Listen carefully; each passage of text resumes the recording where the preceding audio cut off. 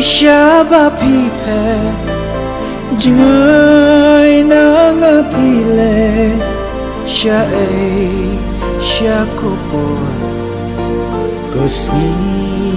ba man na Sha no ba pi jap hang ni marwe nga sa Ko ayong sirjong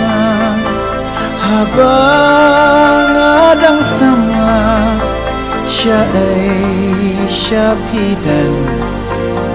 ang lupa pisang sa sisin kenyataan ng singkasyan ko patsaksyan apang apnoyangan Kupor bakmen Kisulam kamaya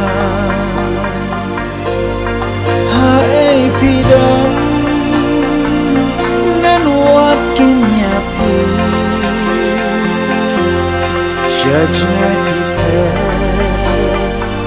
Syakaras nanti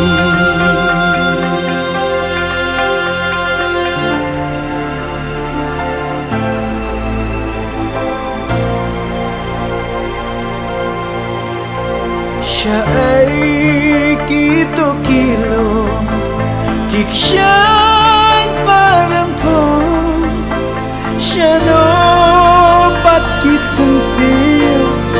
Basyong hakidemil Mendapat piringkat Ngiyak menyesyan Mentagom jeng posnil Ipau hangatan way priw Balay kim triwan pay Kipau sa tangharngay Sa sisin kengatrang Mensim kaslyang Kupat syaksay Apim apmoyangan Kupor bakmen Isulang kamaya Hae pidan Nanwat kinyapi Syajngapi pe Syakaras nanti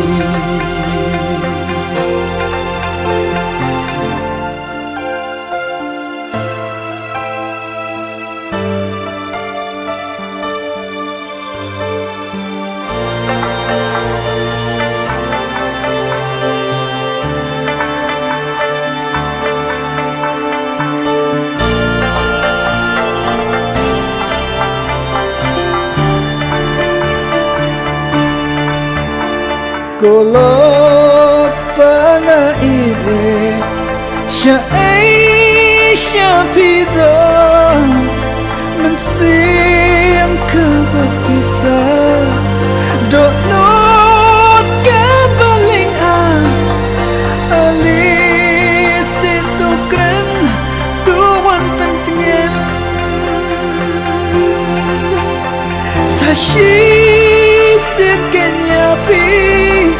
Tanglian bangan yoi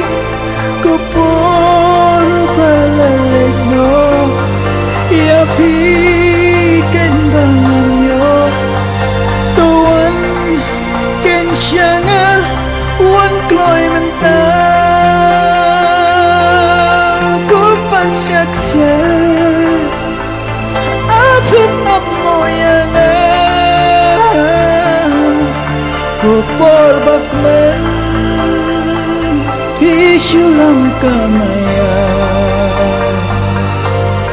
Hal ay pidon Ngun wat kenya pi Shaj ngay pi pen Shakaras naman pi